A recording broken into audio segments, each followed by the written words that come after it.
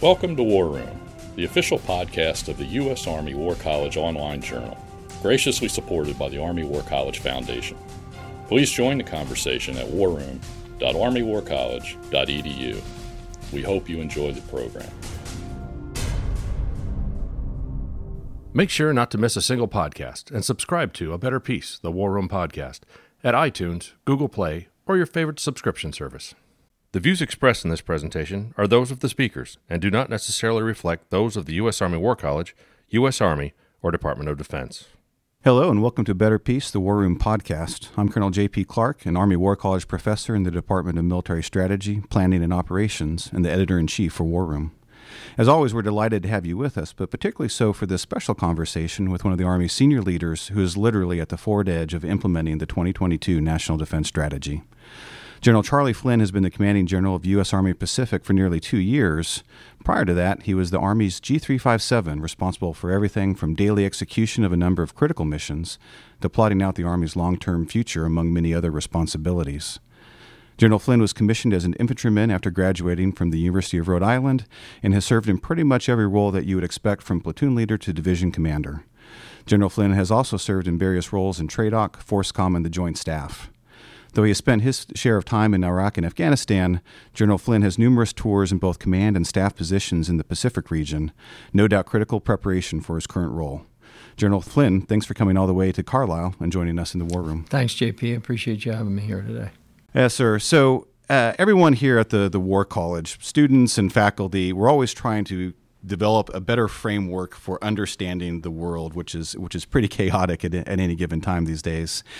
And so you have developed a construct, the 4 C's, that you were able to use both as the Army's G357 and then now as the CG of USARPAC, which obviously are very distinct roles, but both require a real high level of strategic thought. The fact that was useful to you and you continue to use it probably indicates that our listeners and our students and faculty would be very interested in it. So before we get into all that USARPAC is doing, could you kind of run us through the 4 C's and how it helps you think about the world? Well, thanks. I do think it was a useful construct. It remains a useful construct. I think I'd put it in this perspective. As we were, creating and making progress with multi-domain operations and the tenets that were part of the future operating concept, I think the framework of competition, crisis, conflict, and campaigning was a good framework for us to apply our future operating concept of multi-domain operations to it. Interestingly enough, there's a lot of discussion about crisis and conflict because, you see a lot of that around the world, and to a lesser degree what's happening with competition, but it is clearly a competitive global environment out there across the dime spectrum. I guess what I would point out, though, is campaigning was something that was in that 4C construct, but it's also one of the 3 pillars in the National Defense Strategy. The other 2 being integrated deterrence, which Secretary of Defense Austin introduced actually at the INDOPACOM change of command between Admiral Davison and Admiral Aquilino. And then the other pillar being this pillar of enduring advantage. And so I think that construct is where I'd like to sort of take the conversation today, JP, because I do think that the Army's role in the Pacific is one that is invaluable to the Joint Force in campaigning. And we can talk more, across this hour on what we're doing in campaigning, because I do think it has a lot to do with creating conditions for enduring advantage, creating conditions in order to create integrated deterrence, and the way we do that is by campaigning as Army forces in support of the Joint Force, working with our allies and partners across the vastness of the Indo-Pacific region. Yes, sir. And thank you for that. And it kind of brings up something that we had discussed just here very recently in terms of the resident course, where we have a full lesson on theater armies. And the way that you kind of put that is obviously you are responsible to the INDOPACOM commander, but you also have responsibilities to the Department of the Army. And so you're kind of at the nexus here. And you mentioned, Army forces and campaigning. Do you find yourself in terms of, or maybe if you could take us through, a particularly good example, because it seems like having those two roles is somehow potentially a advantage to you in terms of your authorities, in that you are both building and employing readiness all at the same time. And so where do you think is one of the best examples of how we're doing that? Well, let me talk about the role first of all. I remind people of this often. In fact, one of the courses I just spoke to was reminding that we are a theater army. By our doctrine, we're a theater army. And actually, it's one of 4 roles that we perform. And I have told other senior leaders that we need to stop referring to our theater armies as only ASCCs. That is the Army Service Component Command, which is the Title 10 part of Man, Train, Equip, Organize, and Make Ready Army forces in support of the Joint Force Commander. But there's another 3 roles that we play, and they're all warfighting roles. That is, be CJTF capable, be Theater Joint Force Land Component Command capable, and be a CJFLIC as well. So the combined and coalition part of it is also a really important role. So those 4 roles I'm playing every day. Only one of them is on the Man, Train, Equip, Organize. The other 3 are my warfighting hat, and that is the point that you're making, which is the nexus of the Army and the Joint Force. It comes together at the theater Army level. So to the point, the part of your question about authorities, the very authorities that we get as the land component to operate in the theater, everything from 164 authorities that happen for exercises or 333 or 32, those all come from the combatant commander. And so the combatant commander is delegating those authorities and providing those authorities for us to operate in the region against the threats, against the adversaries, but maybe more importantly, with our allies and partners in the region, so that we build enduring advantage, that we build integrated deterrence, that we create campaigning quality through combat credible forces forward in the region. And we do that on behalf of the joint force. When people talk about, theater armies set the theater, well, we have to finish the sentence and say we set the theater for the joint force, because that's what those foundational capabilities at scale, that's what the Army provides to the joint force. And I think that that's an important element and often an overlooked or underappreciated element of what the theater Army represents for the Army, but more importantly for the joint force. Yes, sir. And as you had referenced before, this is all in support of the 2022 National Defense Strategy, which most of our listeners will be familiar with it, that, China is the pacing challenge. Certainly not the only element, but kind of puts you at the forefront where, maybe the first amongst equals in terms of our theater armies.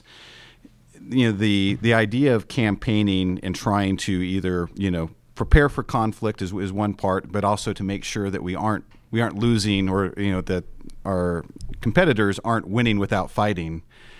What does that look like on a daily basis in USARPAC? And do you have what you need in order to be able to do those sorts of things?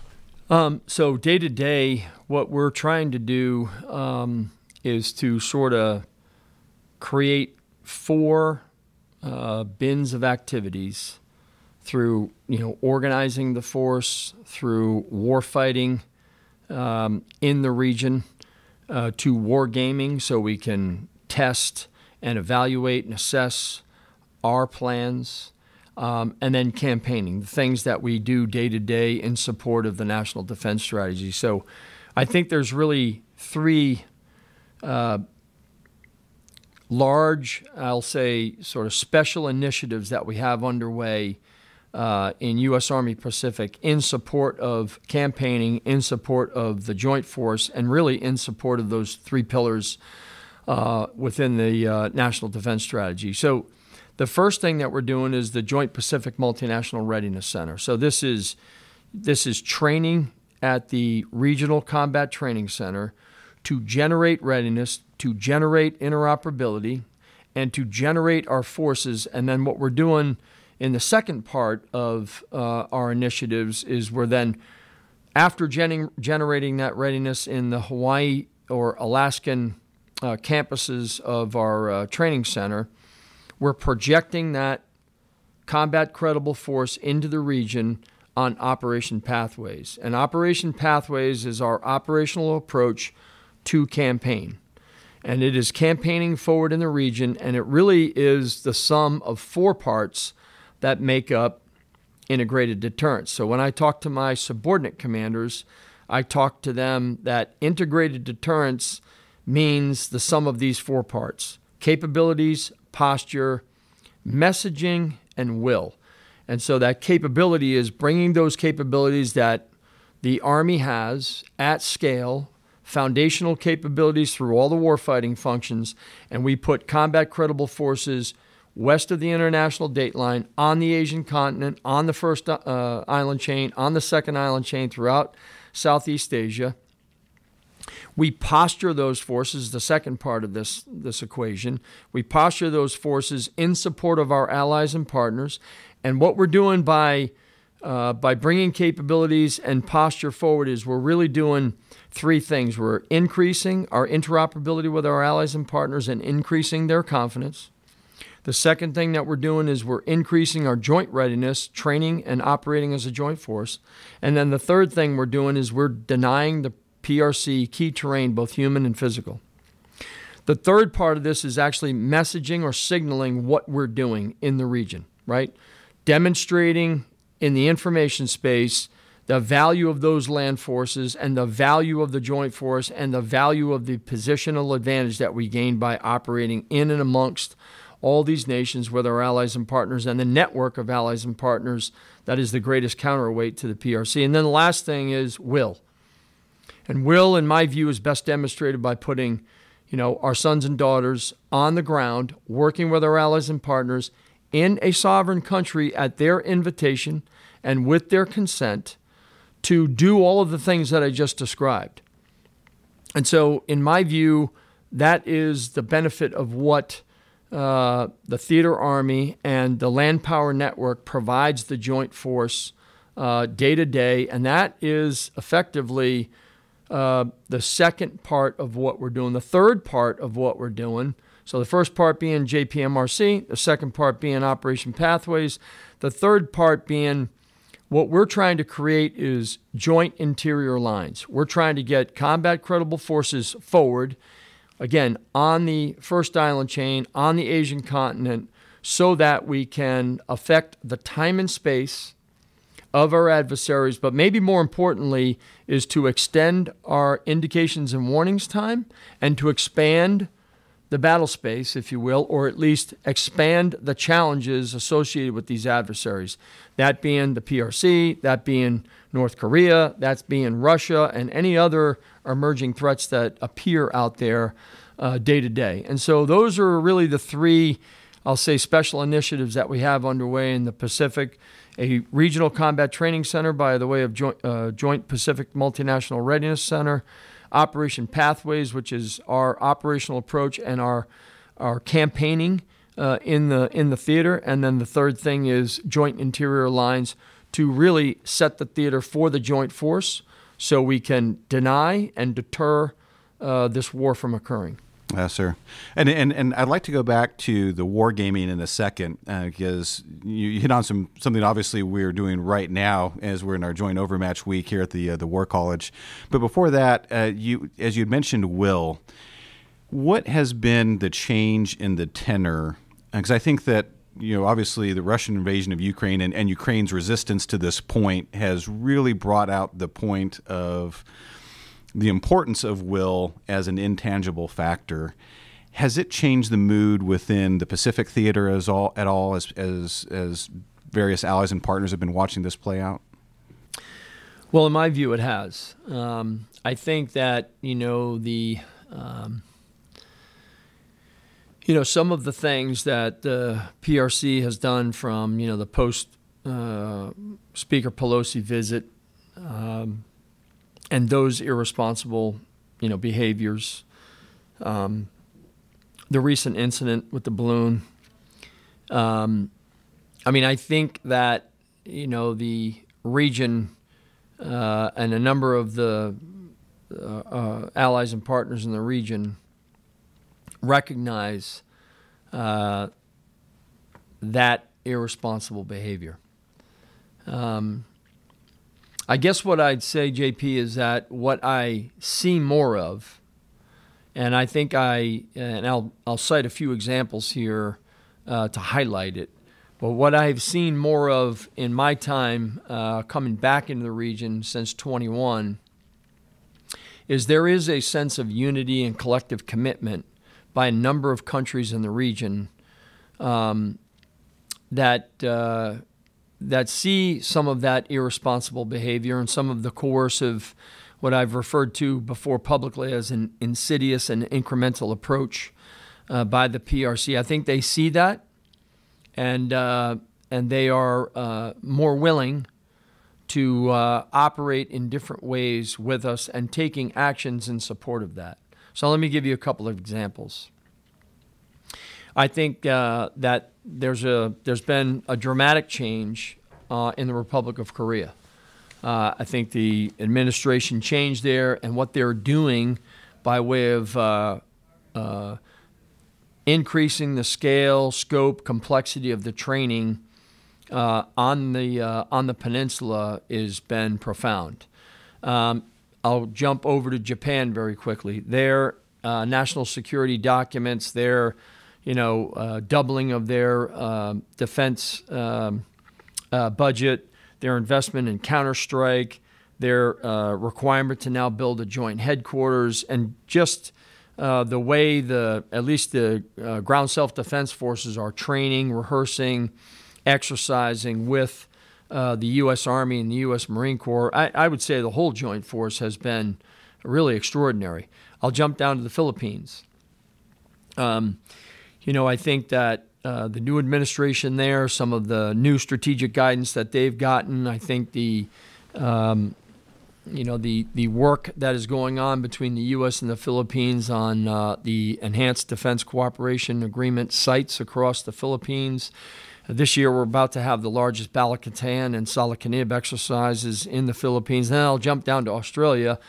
Again, I think the work that is going on between the U.S. and Australia is really significant.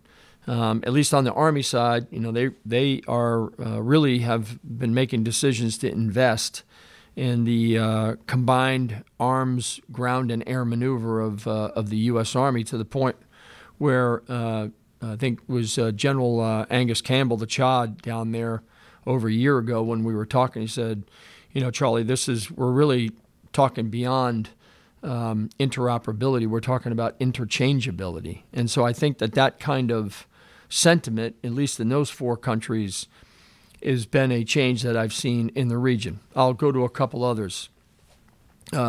Indonesia, last year we had an army-to-army exercise for about 17 years, Garuda Shield.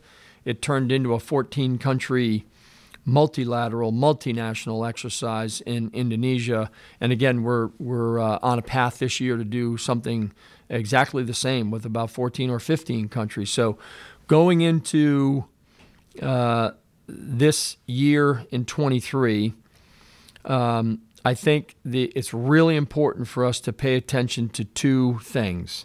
The first thing is the posture enhancements that we can make, from command and control to sustainment to protection of ours and our ally and partner forces, and to the collection work that we can do out there working with our allies and partners. And then the other thing is more and more commitments of unity and collective commitment visible in multinational exercises. For example, this year in Yamasakura, which used to just be a U.S. Army and U.S.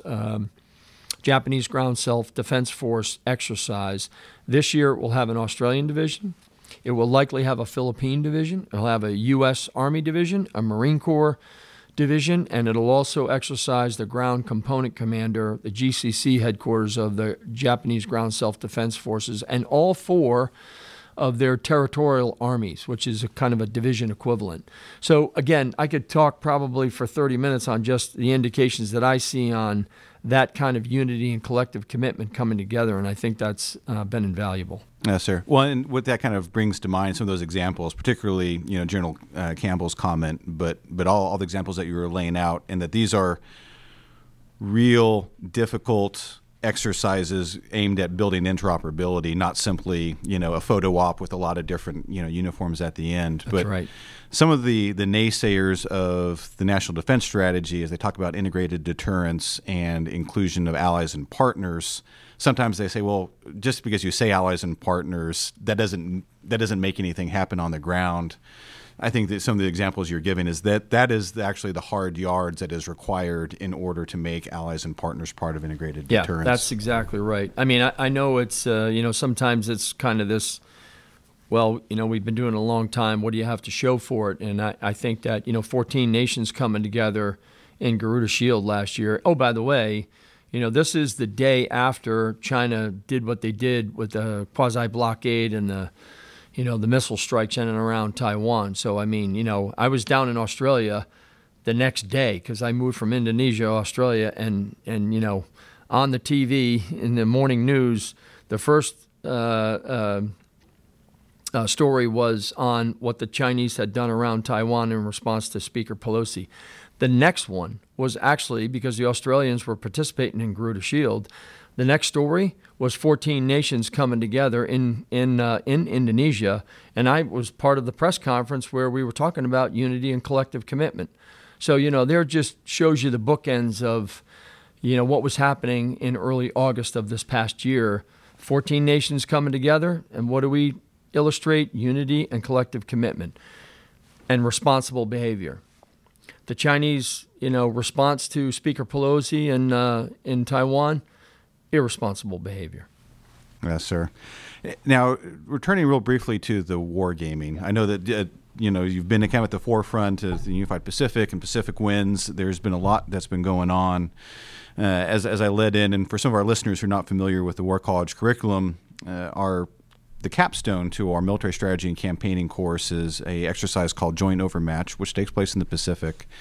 We're just on our first day, but already the seminar is, and my seminar happens to be plain blue, they're seeing how far in advance you really have to think through things because of the tyranny of distance and the difficulty of supply, and thinking in terms of both time and space. And so I think that this is a great example of what war games buy, but that's for a War College seminar. What do you, as the commanding general of USARPAC, get out of war games, and how does it help you kind of think through, of all the things we could do, hey, where do I put my next dollar? Where do I put my next bit of force elements? Well, first of all, thanks for this question because I think it's a really important one. I'd like to back up a little bit and say, sort of, describe, if you will, how we got to where we got to. So, I'm a bit of a unicorn in the Army because of my time in the Pacific. I've been to 4 global war games. Global is the U.S. is kind of the CNO sponsored PAC fleet, U.S. PAC fleet led war game for the Navy.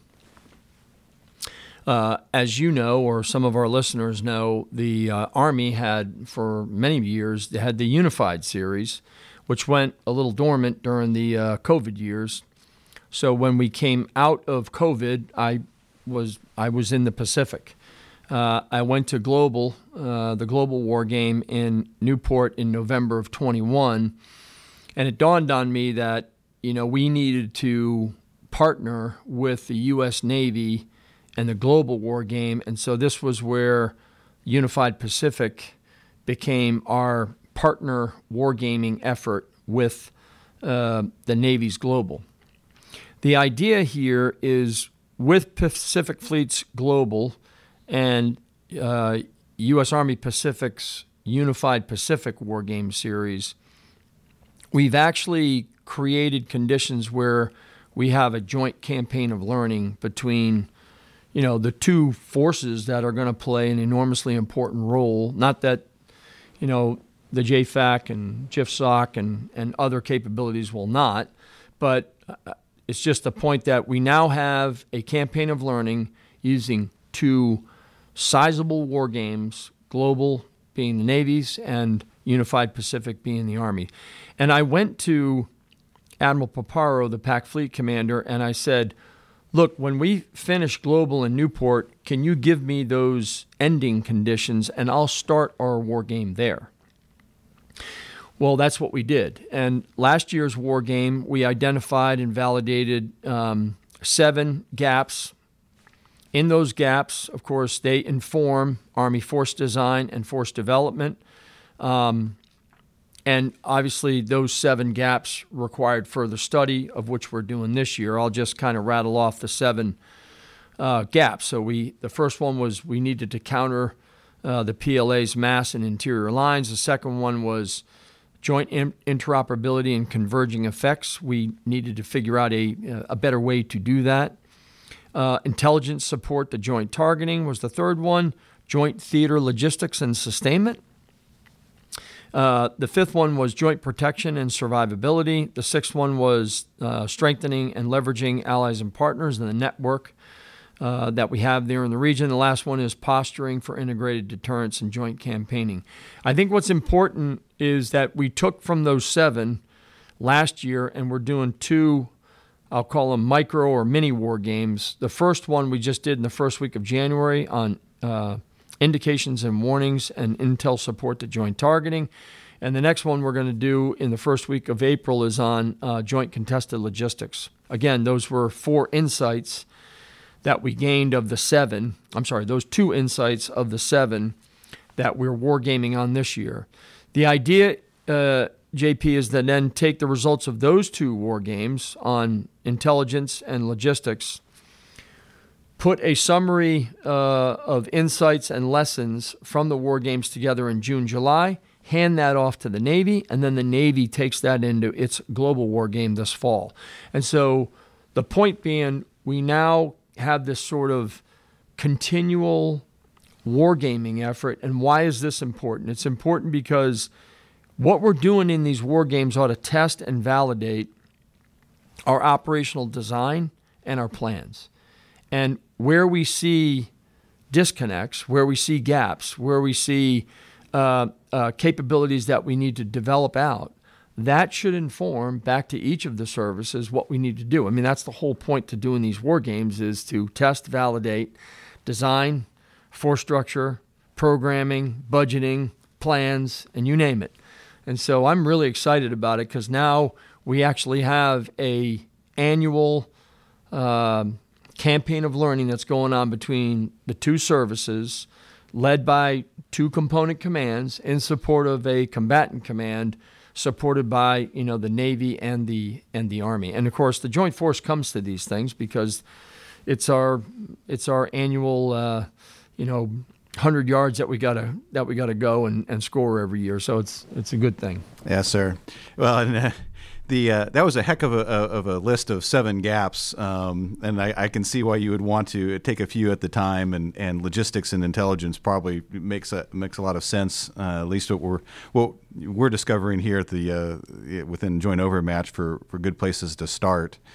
And the thing, this kind of goes back to the earlier part of the conversation, where as a theater army, as an ASCC, having those Title 10 responsibilities, it's not just the joint force, the combatant commands asking for stuff. You have a foot in both camps and are able to advocate with the Army to build. You bring up a great point, JP. So this is not just for plans and force structure. These war games also, we learn and discover and then can take those insights and put them into our day-to-day, month-to-month, year-to-year campaigning, right? So it's not just, for the long-term fix of plans and force structure. The insights that we're taking ought to drive changes in what we're doing while we campaign. Let me give you one example. on contested logistics this year, we saw that insight from the game last year. So this year, we're actually doing 2 J-lots. We're putting in a JLC, a Joint Logistics Commander for Exercise Talisman Sabre. And there's a whole host of other things we're doing with Army pre-position stocks in Japan and Korea, application of our watercraft, things that we're working with Transcom and DLA and Joint Munitions Command and Army Security Cooperation Assistance Command, Contracting Command. The point I'm making is the war game is actually helping us learn day to day what we have to modify or adjust in the region so that we can actually improve our campaigning, which then adds to those 3 pillars of the national defense: campaigning, integrated deterrence, and enduring advantage. Yes, sir. And campaign of learning isn't a fancy way of saying a series of war games. As you said, there's on the ground or maybe in some cases on the water experimentation. That's right. At the same time you're doing the war games. Sir, kind of going back to the pre-World War II, because what you were describing reminds me a lot of what we were doing back when the Army War College was in D.C. and Newport has always been Newport, and how much the war games. There's the very famous quote. I believe it's from either Admirals Nimitz or Spruance about, there was nothing that surprised us during the war because we played it all out. But if you look over time, except for the kamikazes, I think. Exactly. They didn't start off at that level of understanding. And so from 1906, when you had the very first war plan, Orange War plans, it took a while for us to get to that level. Where are we on that whole spectrum? Are we still kind of getting some of the first principles down? Or, how much learning is going on at each of these games?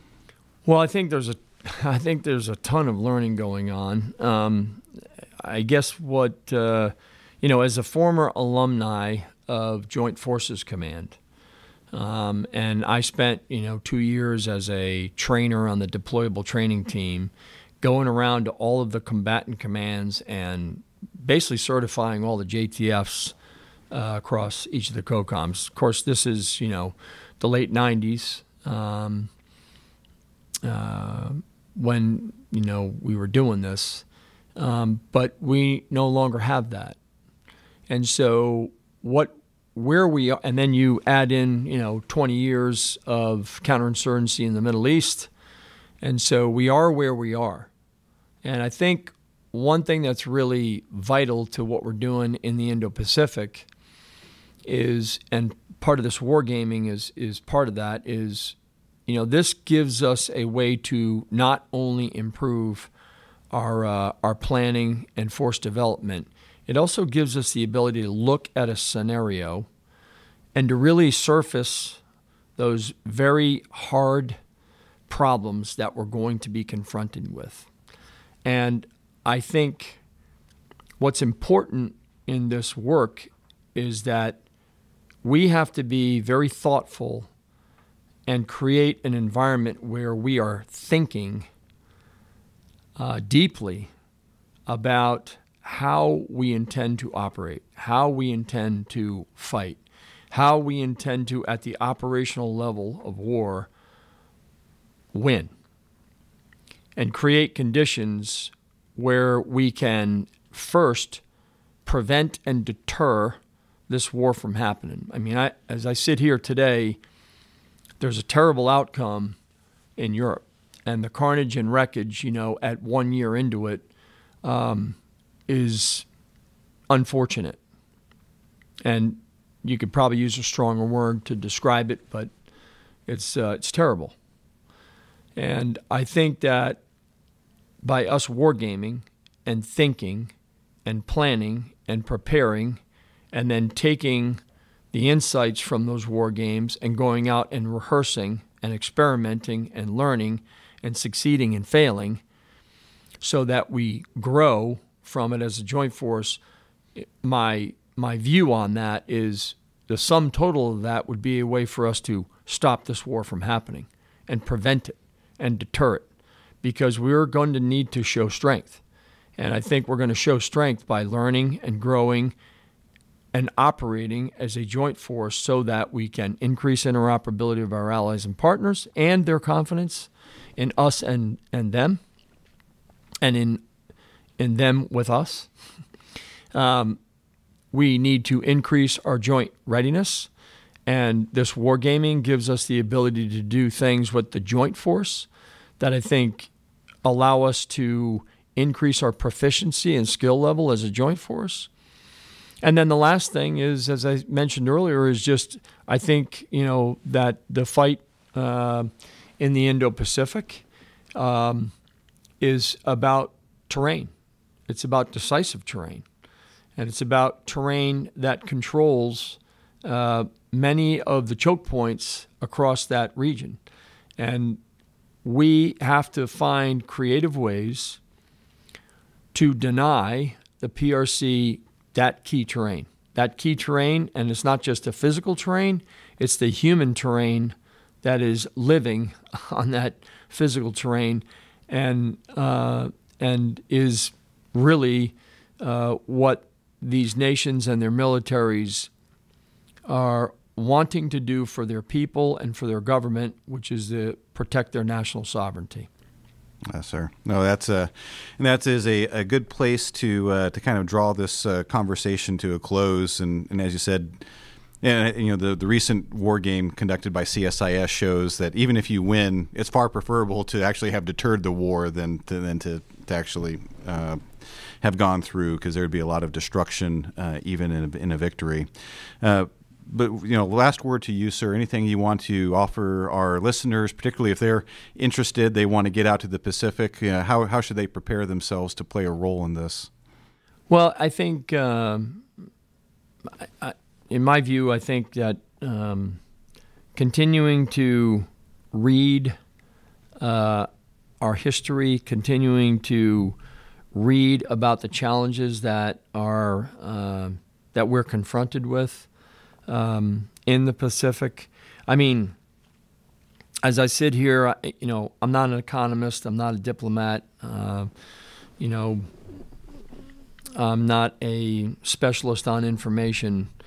But what I have been doing for almost 4 decades is learning, understanding, educating, and executing the military role of our profession.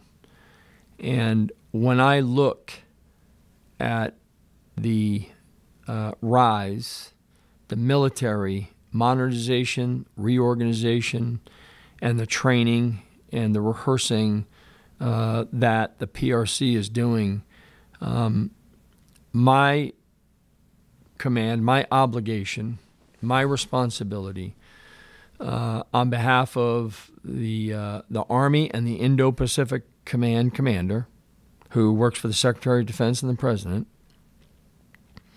is to counter what that military arm has the potential to do. And we're trying to get into a position to prevent the use of that. And if we can prevent and deter the use of that, then we can stop war from happening.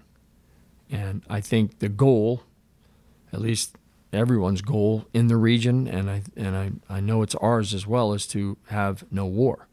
But in order to have no war, you have to be prepared to fight. And so we are preparing ourselves to fight and get into a position of advantage so that that fight never comes.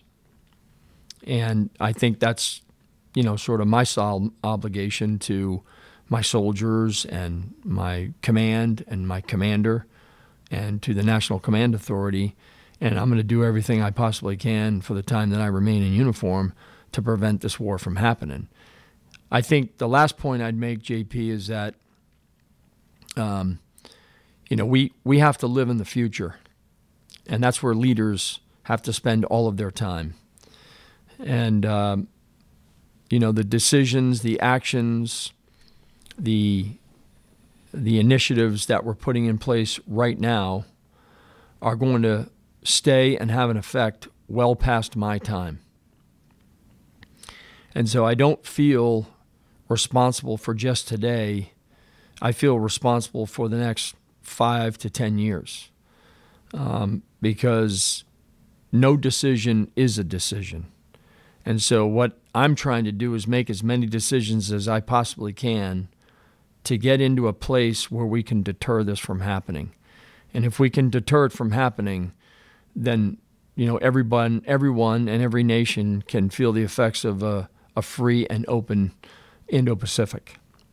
And so that's what I'm working every day at a feverish pace to try to make my contribution to doing that. So thanks, and I appreciate you having me here today. Yes, sir. Great closing thoughts, and so thank you very much for joining us. I know it's a long way across, but we're glad for your thoughts and your insights. Thanks to all our listeners for joining us. As always, please go to the website and make sure that you subscribe to our weekly newsletter so that you get all of our episodes. Also, please leave a review on the podcast of your choice so that others can find out about conversations like this. And we look forward to welcoming you back to the War Room next time. Until then, Colonel J.P. Clark, Editor-in-Chief for the War Room. Thank you. And that concludes our program. Thank you for listening. The views expressed in this podcast reflect those of the speakers and do not necessarily reflect the views, policies, or positions of the U.S. Army or the Department of Defense. Let us know what you think. Provide us your feedback, comments, or suggestions through our webpage at warroom.armywarcollege.edu. And have a great day.